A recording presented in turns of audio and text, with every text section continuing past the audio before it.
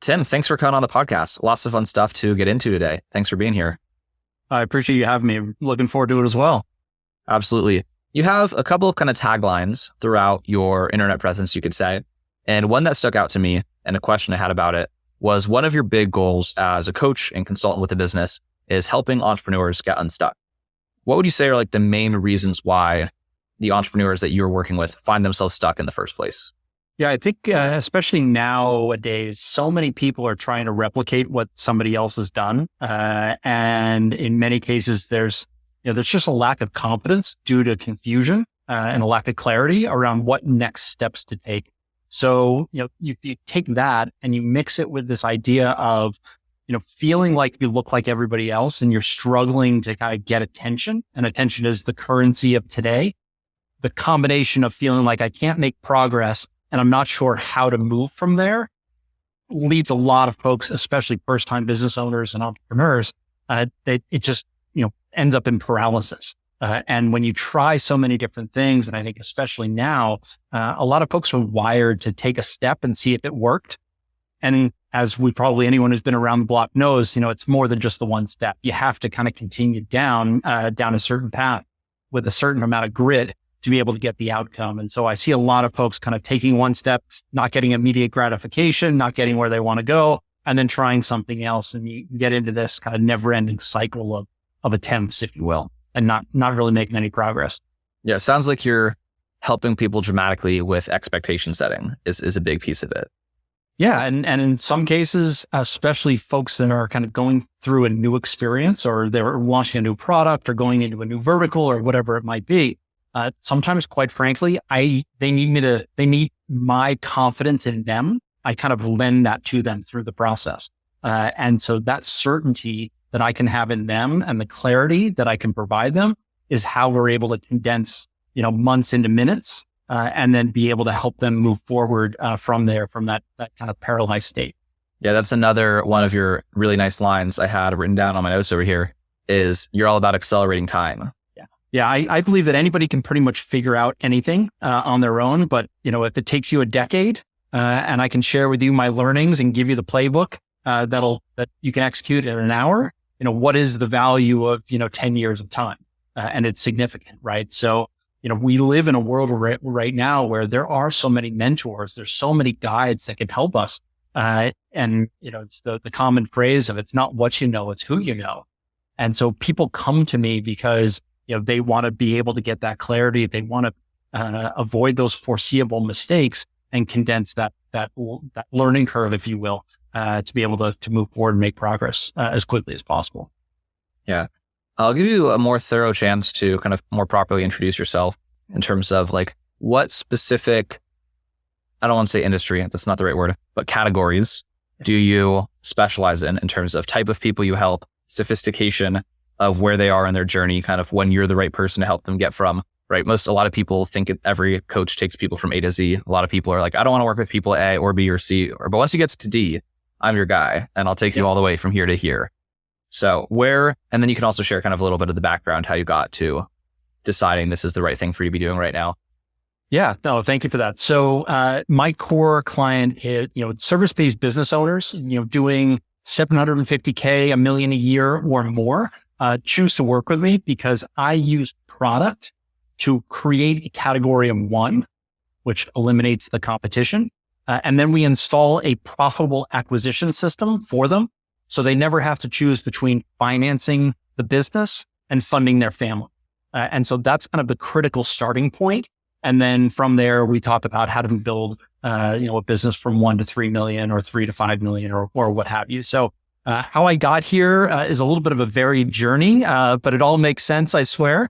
I started went to school for economics and finance, found my way into the alternative investment space in 2004 to 2008, and raised over $350 million for a long-short equity hedge fund. So did capital raising and investment management for a period of time. And then from there, we ended up giving all that money back, which is a story in and of itself. And then when you say giving it back, do you mean I returned every dollar? Okay, because that's also an expression sometimes for losing all of the money. Nope. No, we voluntarily so Okay. about $348 million on 12/31/07. Yeah, where I come from in Las Vegas, right? The Yeah. casino gives you money and you give it back. Oh yeah. It's This one was it's not you returning the money to the casino. Yeah. It's yes. Yeah, no, spot on. Yeah, it wasn't due to performance. It was a strategic decision on our part and with our investors. So, and then from there, my wife and I got into a technology-driven fitness concept, which allowed me to build a technology company from the inside out, which was fantastic. And that led me to an introduction to Alex and Layla Hormozi over at Gym Launch. And I came on board as the VP of Business Development and Strategy for Gym Launch, which, as many folks now know, Alex and Layla, we went on to sell 2/3 of that company about a year and a half ago to a private equity firm. And Alex is now running acquisition.com, helping $10 million plus revenue businesses get bigger. My sweet spot has always been kind of the smaller end of the spectrum. And as a father of three, I have kind of a personal mission to figure out for myself how I can have a family and a successful business, and help me share that with others and enable others to do the same. Have you been consulting along the kind of whole progression as an additional thing to do? Or did you kind of around the time of the exit have more time on your hands to say, okay, let me kind of reflect on everything that I've learned from this journey, scaling Gym Launch and these other several endeavors? Yeah, it's really been in the last year and a half or so that I've done it in earnest. I've always had kind of side projects depending on kind of where in that life cycle or the life I was, which chapter of my life I was in. But really in the last year and a half, and I think this probably resonates with anyone who's closed one chapter and moved into another. I went from one thing to the next, and I've been incredibly proud and very thankful that I've always kind of had the next thing lined up. And I quite honestly took almost 6 months to figure out what I wanted to do next. As I said, I'm a father of three, and I kind of hit a point in my life where it was not just let's go to the next thing and the next thing. It was, what do I really want to do? And I think one thing that I learned from Alex and Layla specifically was, this idea of legacy. And we talked a lot about kind of all these great achievements that we focus on day in and day out will quite frankly be forgotten. And what is the impact that I can have, during the rest of my life here. And I've just always skewed more towards that person who wants to see others succeed. And so I just went full boat into, I know what the entrepreneurial journey looks like. I've laid in bed staring at the proverbial ceiling fan, wondering how the heck we were going to, pull something off or raise money or make a go of it. And, having to hopefully not tell my kids that, we lost the house, that kind of idea. So I know what that pain feels like. And so I'm trying to kind of use the varied experience that I've had to help the next round of entrepreneurs hopefully avoid those types of experiences. Well, let's keep talking a little bit about what you do when you help, right? Again, another kind of mission statement that you have really nicely laid out is, my goal is for your business to be better and more profitable. Let me make sure I have that right. Better and, I don't have it written down verbatim. The more profitable than after you've met me than before exactly. Before you met me. Yes. Exactly. Yeah. So, I have always been the number two. I've been the number two to two now billionaires. I've founded 6 of my own companies, founded or grown 6 companies of my own. I didn't appreciate for a long time the difference between being the number one guy and the number two guy. I mean, it makes sense kind of just on its face, but I always liked being the guy behind the guy. I wasn't trying to go for the spotlight. I wasn't trying to make a name for myself and things like that. So, I think I have a wiring which allows me to, somebody once told me, you have equal strength in strategy and tactics. You can see the forest and you can see the trees, so we can kind of plot the course, but also I can build the plan. And so that kind of unique combination of, how do we consciously build the business from here to there, wherever we want to go. But then a lot of people are like, great, now I've given you all my ideas, have at it. It never resonated. It always bothered me that I could tell you to do anything, but if I'm not accountable to the outcome, how valuable is my advice? So I like being in a position where I can lay out the plan and then we help execute it. So, that comes with product. I look at it in 3 ways. We look at product, we look at pricing, and we look at positioning. And that can be front end and back end. And looking in those three lenses allow us to effectively pull the business apart and then put it back together again in a better way that, better call it value vehicle than might have been there in the past. I think, just my brain's going between so many different things that apply from what you're talking about to what it is that I do. And I think that kind of about what you're saying earlier when we first started talking is people try to copy or imitate maybe something. But the problem is like imitating without the nuance. It's like imitating what you see, but what you see is not the whole strategy. Yeah, I think, it's one of those things that like it's the sum of the parts. People pick and choose the parts that resonate with them, but they miss the through line, right? So for example, you can say, and obviously Alex is famous for writing the book, $100 Million Offers. I have a lot of conversations with folks like, I just need a better offer. It's like, you don't just need a better offer. You need a better product, which will then allow you to change your pricing metrics, like the range of prices and potentially even, kind of where on the value scale you place yourself. And by doing those two things, you've now articulated and signaled a type of positioning to the marketplace about who you are and what you do. So if you don't change the rest of the business, you can come up with different offers all day long and you can probably come up with some good ones, but it doesn't necessarily make a valuable, sellable business, which is actually something that I focus a lot on, especially for, parents, entrepreneurs who are parents. It's the number one wealth building vehicle that they look to. So how do we think about building permanence in a business and not just, the old adage of, making a sale to get a customer rather than getting a customer to make a sale? Makes a lot of sense. You have specifically laid out 6 profit activators. Or is this kind of separate, or are those, or profit and positioning, those are like 2 of the 6? No, that's the activators are kind of a combination of these, but they all fall under this kind of price profit positioning. Now we're back to strategy and tactics. Exactly. Yeah. No, it's one is what we're doing and the other one is how we do it. Yeah. So, as far as using those 3 levers, for example, there's 6 types of products you can offer. And so one of the things we talk, I talk to a lot of clients about is when we started, I did this for about 10 years. When we started, we were a gym in the traditional sense with some kind of better bells and whistles and equipment and things like that. But positioning wise, we were a gym to the marketplace. Our product was basically fitness services. So you could come in and work out. And our pricing was $69 a month, fairly straightforward. It was a bear to acquire new clients. And the reason is because we thought we had a better mousetrap, but the market, all they saw was that you were a high priced gym because I could go to Planet Fitness for $10 a month. So positioning wise, we didn't stand out. So we couldn't even talk about our differentiation in a real way. And it kept our ability to price well, very, very, contained. We changed our positioning through product from a gym to a transformation center. So instead of saying, come here for a certain service, we said, come here for a certain outcome. And instead of just offering gym services, we did nutrition and we did accountability coaching. And our average price point went from $69 a month to $249 a month. And the difference, the majority of it was high margin. So we used product and a positioning statement and changed our pricing along the way. I think a lot of businesses, especially when you differentiate yourself, like I said, using product to create a category of one, the thing you need to do is to understand who your core client is and then give them the whole journey. And by doing that, you can actually create a very, very strong enterprise and a very sticky business. Yeah. On the previous point, when we were talking about Alex's book, $100 million offers, you said everyone's kind of going about it the wrong way, like reading his book and trying the wrong idea. And that's not to discredit the book. That's just to people still wanting to like think in a convenient way. What I immediately thought of was they're just not selling a valuable transformation.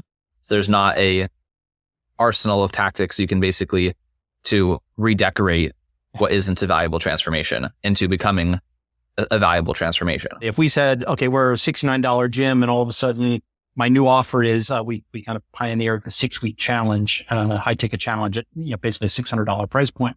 We could say everything stays the same except instead of a free trial, we're now going to charge $600 for 6 weeks. That would have fallen on its face because we weren't able to actually deliver on the promise. The reason why Gym Launch was so successful was we gave gyms across the country and really across the world a playbook to deliver a higher level of service and therefore command a higher price. And I think a lot of businesses price to the lowest common denominator. They're either afraid to charge more or their product isn't tight enough to command more.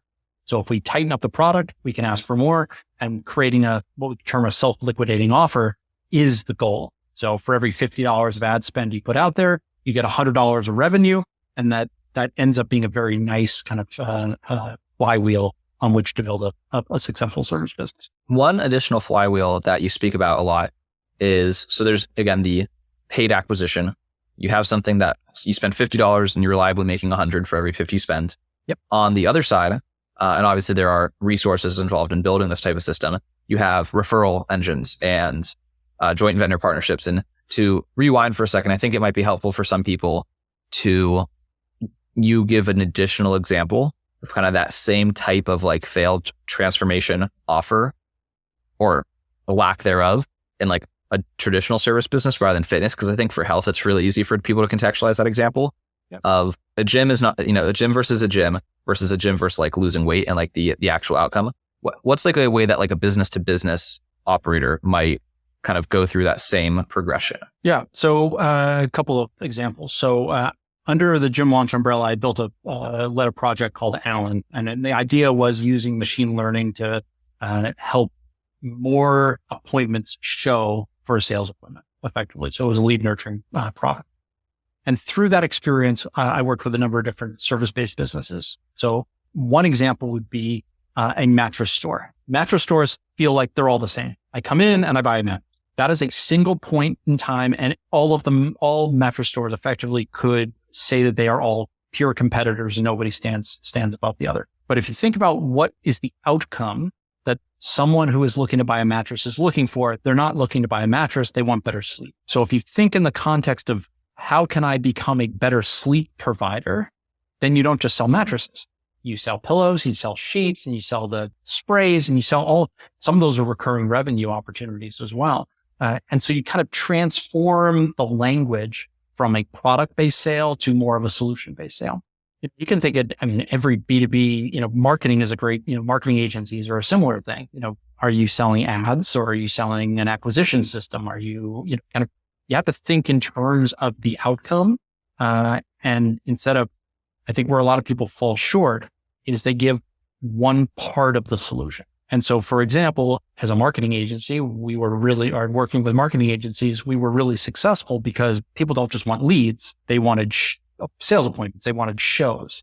So we changed the whole narrative from we're in the lead business to we are in the shows business. And the marketing agencies that worked with us were able to make that kind of switch. So in every single market, whether it be HVAC, home services, et cetera, I actually work with somebody locally here who does some work on my house. And I'm like, you don't just mow lawns and painters don't just paint, they actually deliver something else. And so you have to figure out what that something else is so that you look and feel different in the market. Yeah, I think this is very, very essential and something that I think back to expectation setting takes a while to click and become your default mode of thinking because I think it's easy for these examples to make sense to people. And then there's another level to the game that I'm still not quite at yet where it's like your default mode of thinking for any time you're presenting something to market versus like, okay, I understand that example. I see the difference. And then I'm still going to sell mechanisms rather than outcomes. Yeah. So if you're an existing business, I'll give you kind of a tip here. We're all familiar with the concept of niching down, which in the context, most people talk about it is like a marketing effort. So be very clear about who you want to talk to. The purpose though, in niching down is to be able to articulate the person who you want to attract to articulate their problem or their desire better than they can. So if you have an existing business, here's what you do. Take your existing customer base and find the people that stay with you the longest and or pay you the most. And I will guarantee you there will be some similarities in that group of people. They want a certain thing. So the question would be for that person who wants that outcome, how do you put together the full puzzle?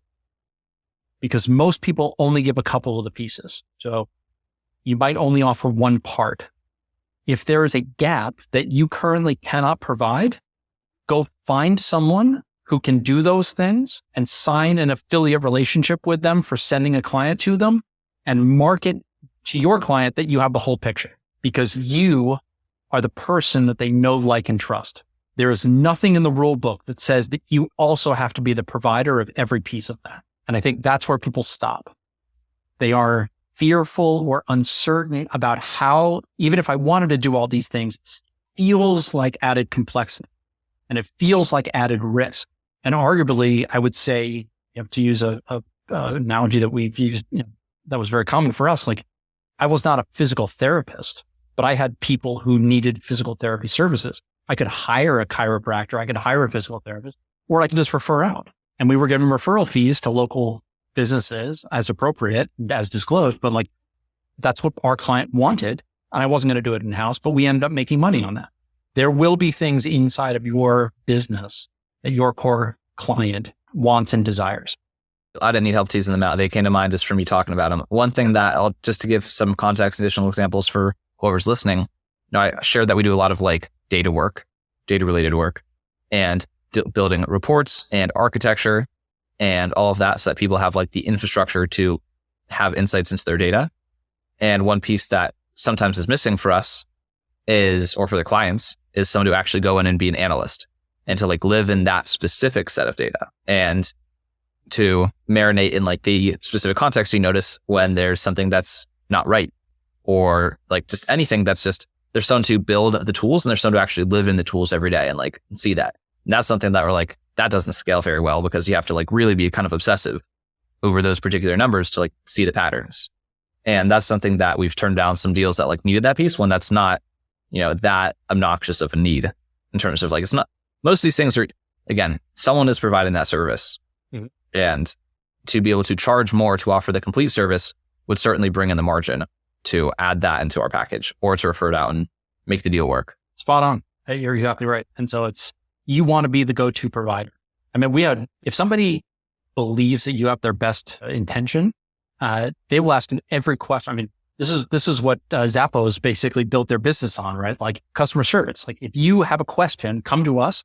The famous example for them was somebody called customer service and said, I want to order a pizza.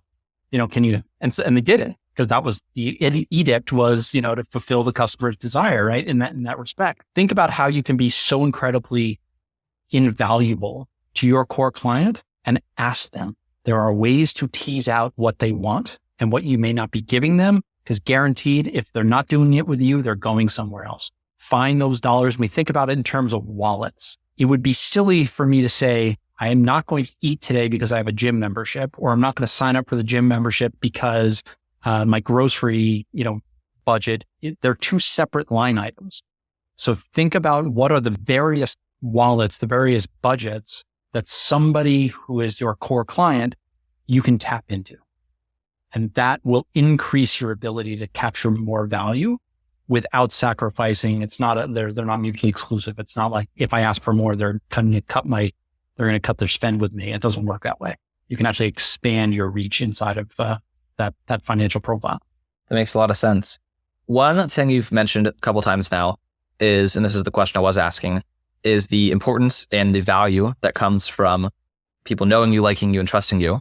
And back to accelerating timelines, one of the easiest ways to shortcut that, maybe there's a better word than shortcut, but to not have to spend as much time building that is to, again, borrow that from referral partners.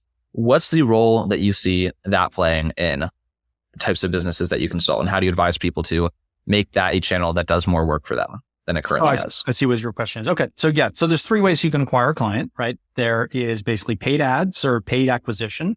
There's organic / branding, and there's JVs and partnerships. When people start out, I think they underappreciate the idea of the JV partnership route, and they typically go either the organic and paid ads route.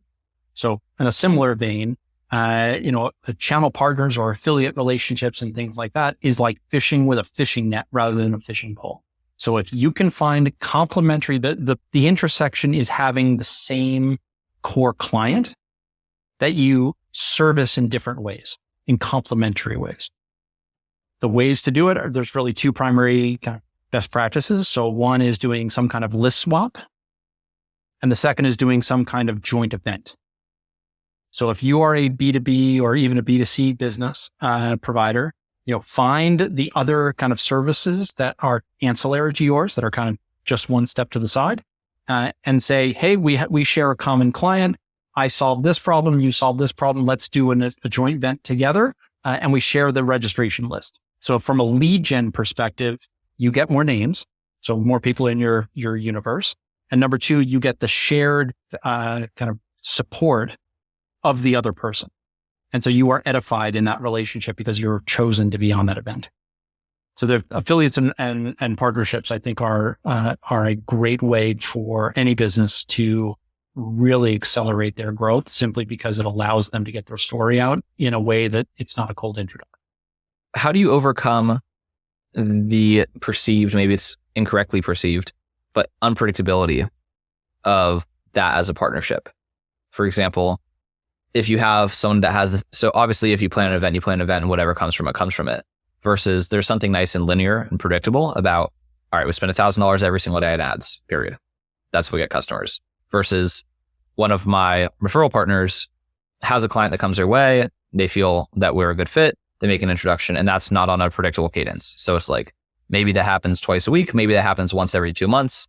And I can't, forecast and budget based on, is someone just going to like pop up in my inbox today with a lead? Yes or no? I have no idea, because they're not like accountable to it. There's no quotas and there's no, accountability, right? It's just kind of like, yeah, if we see someone who's a good fit, we'll let you know. And is it just like, do you overpass that with just blitzing quantity, or are there other ways to overcome that problem? Yeah. So a couple of things. So the first is JVs can be structured. So take a webinar, for example. Webinar metrics are fairly well fleshed out once you kind of get it right. Usually it has to do with format and presentation and things like that. But if you get X number of attendees, you'll generally get, with a decent offer, you'll get Y kind of outcome, right? So there's a conversion metric that you can shoot for. So if you said, I'm going to do one webinar a week with a different channel partner, although each one may be variable, you will have a very somewhat sophisticated system of a pipeline that will feed you over the course of time. So that's kind of one piece to it. The second is, thinking about, paid ads was the example you used. Most of the time that's kind of more of a direct response vehicle. That's like saying, I'm going to put out an Instagram post right now, and unless you get paid for it, it's hard to do direct ROI. So from my perspective, I'm looking at, how do we build a scalable, sustainable business? And there's a place for all three of those. You have to have brand, especially in the world today. Paid acquisition has its merits, and then doing joint ventures and partnerships and having channel partners. But I think the idea of having one partner and they're going to feed you consistently, I think is a little bit of a fallacy. But if you can build a matrix of those, of kind of a patchwork of those, if you will, you can actually get some pretty good consistency.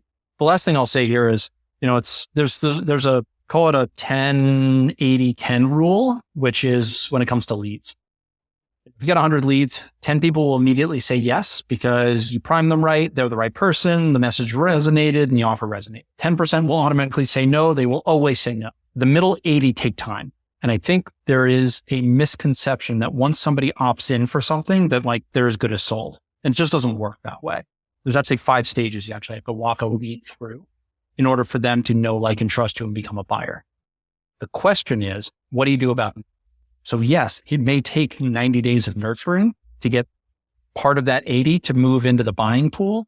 It might not be direct response, but if you can get them on an email list, if you can have multiple experiences, if you can generate time on brand, you will find that if you kind of just start that, there's a little gap to get started, and then that will feed you for a very long time. And I think just because it's not direct today, they're still valuable efforts to put forward because they will bear fruit over time. Yeah, I think some pieces there that were very helpful were having not expecting one particular partner to take care of your marketing forever. And then in particular as well, having some sort of ongoing collaborative experience, like something concrete. So like doing a webinar together is a very more sophisticated form of collaboration than just saying, well, their account manager knows that we do this. So when it comes up, we'll come up. And versus like an organizational wide, a public collaboration between the two companies, again, with some cadence to it as well. Yeah, exactly. I have a client right now that I'm working with who is in kind of the real estate space. And we are working on formalizing how do you take these kind of one-off referrals and create an actual business platform for consistency. So it's very interesting you asked that question because there are ways to do it. We're actually working on one that we believe to be strategically valuable and actually going to be good for kind of all parties involved. But yes, I am a big believer in, kind of over time, fishing with a net. And some of those things take a little bit of time to flesh out and get working. But then they will actually last for a very long time. The idea of, hey, I'm a painter. Anytime somebody wants services, keep me in mind. That's not a channel partner. That's a loosely formed referral network. And the other person's job is not to bring you business. Because most people think, what's in it for me? So yeah, you have to think about kind of what the incentives are and how do you structure those things. No, it's been a very critical piece of our business. So definitely something I try to think about, like maximizing. It's like doubling down on what's working while also building resiliency. I mean, all the different pieces of the puzzle, making it work. Yeah, absolutely. Let's do some bonus questions. You mentioned very impressively, right, that you've sat as the number 2 for 2 now billionaires. I kind of assume they were also in that CEO role. What do you think made them really, like what characteristics made them, because I don't know if they were billionaires at the time or just kind of you were at whatever kind of plot points on their growth trajectories, but what do you think led them to, maybe it's what about them that you admired that made you kind of choose to work with them in the first place? Or just like what in general do you think stood out about them that made them, because plenty of CEOs that are very good don't go anywhere near that far. Yeah. So one common thread is speed. They are very diligent and very quick with decision-making, with execution, things like that. And so, I think that is one thing that I've seen, call it decisiveness, but also they'll execute very, very quickly. That's the first. The second is they have a very strong sense of how to build a team directly around them. I mean, you kind of hear about, a CEO's job ultimately is to make like 2 to 4, I think Jeff Bezos said this, my job is to make 2 to 4 good decisions a year. And I'm thinking 3 years out. Most struggling business owners, entrepreneurs, CEOs are ones who are stuck in the weeds far too much. So the people that I'm thinking about are ones who understood what they're good at and they got rid of everything else. And they are able to stay in their very, very highly leveraged zone of genius. They don't have full calendars and things like that. It just looks very different than I think without that experience, I would have expected it to look like. And last, they understand value vehicles. They have an operating team and an executing team right around them, but their network of people, they've built a very, very strong network of people which allow them to tap into different kind of sources of money, attention, whatever the value vehicle is. You kind of hear about, people that are very successful multiple times. A lot of that is because they have the skills to do it and they have the networks and experience and exposure vehicles to do that. So those would be kind of major things. They operate differently and it's actually slower in pace, meaning like they're not frantic, but they're decisive and then they move and they're not willing to be wrong. They just don't bet the farm. They understand the difference between one-way doors and two-way doors. And the difference being, can you recover from that? Far too many new business owners bet the farm the first time around. And it's like, if this one doesn't work, I'm out. Our goal should be to stay in the game long-term. So how can you do that? And there's lots of reasons why people do that and why it's a misstep. But stay in the game, be decisive, execute, learn, iterate, go fast. What are you currently doing to level up personally? I think obviously the experience of, I don't want to say shadowing, just being in the room with those types of people for day in, day out for decades is an incredible experience. What do you have present day to kind of stay sharp? It's funny. So very, very quickly. So within a couple of days, about a week from now, I am going completely off the grid for about 5 days with 15 other 6, 7, and 8 figure entrepreneurs, business owners. Call it a mastermind, call it, what you will. I expect that to be a life-changing experience for me because I'm going to be around people who are kind of just ahead of me a step or two in execution, thought, things like that without any distraction. I am a big believer myself in mentors. I believe in kind of buying and participating in access with people who bring me forward. And then quite frankly, it's going to be the complete opposite, which is I am spending a lot of time right now of understanding why I like doing what I'm doing, what my intention is. My vision for myself over the next 6 months or so is to find a way to attract people to me because we have shared belief systems, because we have shared vision. I believe it to be possible to the clients I have right now. They have said, I am with you because of who you are, not because of what you know. And I think if I can do a better job of packaging who I am, that it will resonate with the right people and potentially repel those that are not a fit. So I think it's a lot more about me understanding who I am and what I want to be and what it means to the marketplace, rather than can I just figure out a better performing funnel? Yeah. And then also, maybe you agree with this, maybe not, but making who you are something that whatever X, 10X, 100X, 1000X people are aware of. Because if that's already a thing that's happened successfully, where the right type of people are finding you and are drawn to you because of who you are, because it's a good fit, it's like, well, there's a lot of people like them out there, and just do all of them know about you yet, or enough of them? Yeah, and getting back to niching and the concept of like, who do I want to work with?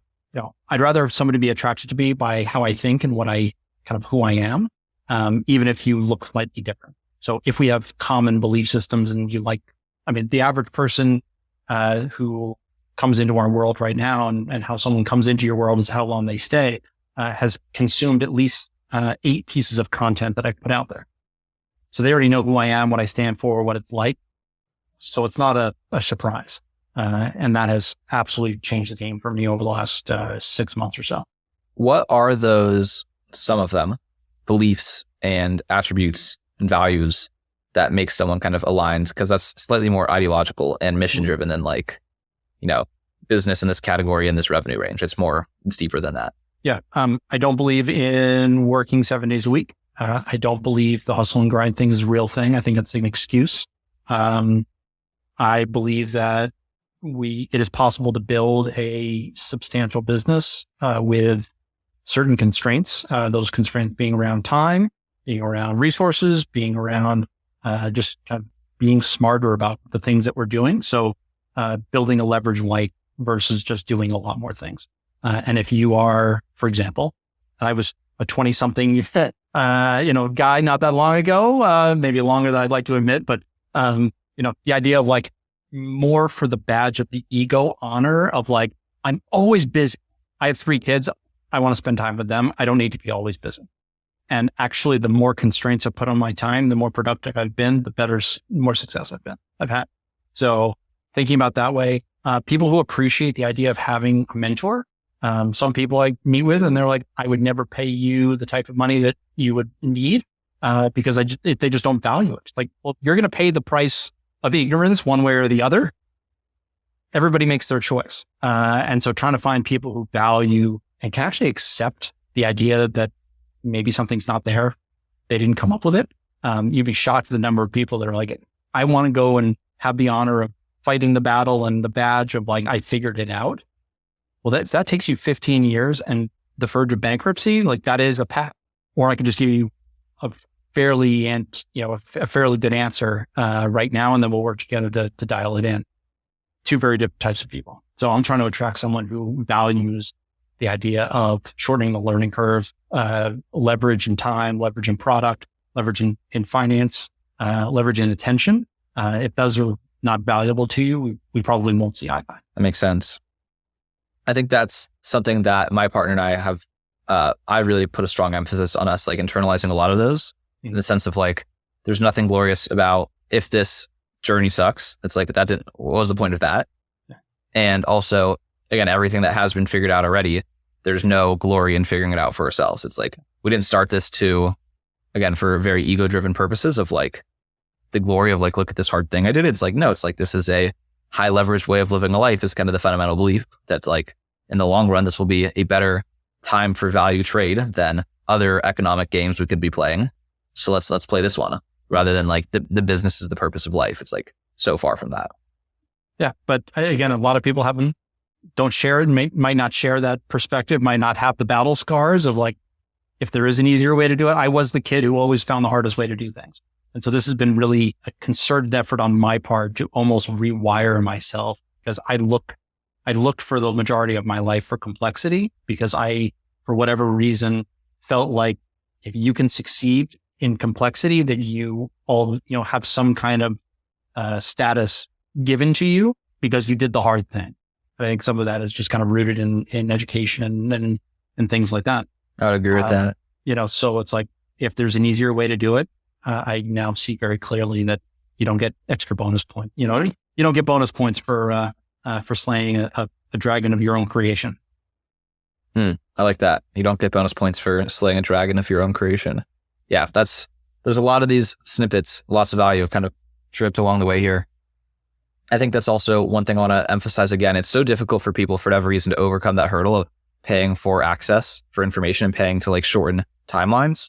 I think that's probably one of the biggest things I'm grateful for that I've like overcome in the past years. Just like I've bought several coaches that were expensive considering what it was at the time, but it's like even with like a 3-month or a 6-month or a 12-month payback period, which is really not how long you should be giving these, because it's like you have the rest of your life to capitalize on the improved decision making and new ways of thinking.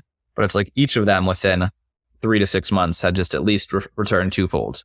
And I still am not standing on that large of a system of levers and resources. It's like if you're standing on a bigger ship, right? It's like that tiny correction covers it a million times over. Yeah. And just getting over that hurdle is huge for me. Is there any way that you additionally kind of help people get over that gap? I think some of it's, the psychology of patience is hard. The reason why I kind of attract the people that I do, generally speaking, are not the ones who say, if I cannot get a 1 day, 1 week, 1 month repayment period, that I'm out of business. I generally don't attract those types of people, simply because if that is your mindset, and I've been to the edge, I've looked over the edge. Like, I have no fault of anyone who's like, if you want to put risk on the table, I've done that 1,000 times. So I don't scoff at that in any way, shape, or form. But the idea of like, this needs to be something for me now is not reality. It's what you're going to make of it. And you have to appreciate the idea of playing the long game. So to your point, like if I have access to a mentor today, I can carry that for decades. So the difference is what time period are we evaluating the decision?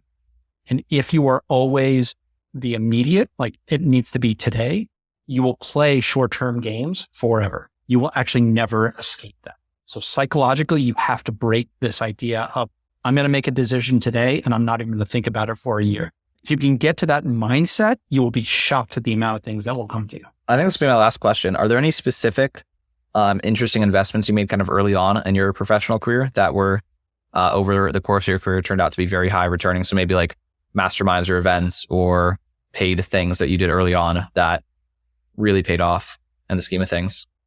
Yeah. So I don't want to steal. Alex and I still are in touch and close. So he's done some things on, he kind of took the trademark of like, instead of thinking about investing in like the S&P 500, invest in the S and Me 500. So the idea of building a set of skills and knowledge within yourself, I think it's really easy to think about like, go trade crypto and go flip couches and go and do all these other things. If you just took the first 5 years, the first 10 years, whatever it might be, and all you didn't invest in anything else. All you did was buy mastermind courses and learn how to do copywriting and learn how to sell and all these kind of foundational skills. You will be able to print money whenever you want it, however you want it. And I think that idea is not sexy in the short term because it looks like sacrifice and invisible progress rather than a bank balance. You can't screenshot your knowledge in your head and put it on Instagram and get kudos for it. A lot easier to post a Lambo, right? So if you can get over that, you will be so much further ahead. But to answer your question, I always, part of it was I didn't know any better. I was 20, 22, 23 when we started raising all this money. I talked to people that were decades older than me. I was always the youngest guy in the room. And I learned the skills of how to speak properly, how to conduct myself in that room. I did it for more sweat equity than like buying a course. But I think we undervalue those things today. But for where the big money is, those things are actually highly valued. So, if you want to be extraordinary, you have to be extraordinary by definition. And the thing I would have done, quite frankly, had I do it all over again, is I would have hired a therapist very soon in my life. Because if you can clear your head as early as possible, not be like laden by whatever crap is in your head, you will have extraordinary success because all your limitations are in your head. And if you can be free and clear of those, the world is an amazing place. It just took me a lot longer than I would have liked to come to those conclusions. I think that's a very specific and actionable answer. Where are you most active right now for people who want to consume your content, consider themselves as a potential fit for you, all of those different things? Yeah. Instagram is a great place. Instagram and LinkedIn, tim.calise on Instagram, and tcalise on LinkedIn. And if you are listening to the show, I'd love to give you an additional bonus. So if you go to Instagram and DM me LKS, I'm going to send you a special gift. So DM me the words, the letters LKS, and I will send you a special gift for being a listener to the show. Yeah, for people who didn't connect the dots, Lewis and Kyle show. That's how we derived that. So it can stick out in your memory. Yeah. Okay. Perfect. Thanks so much, Tim.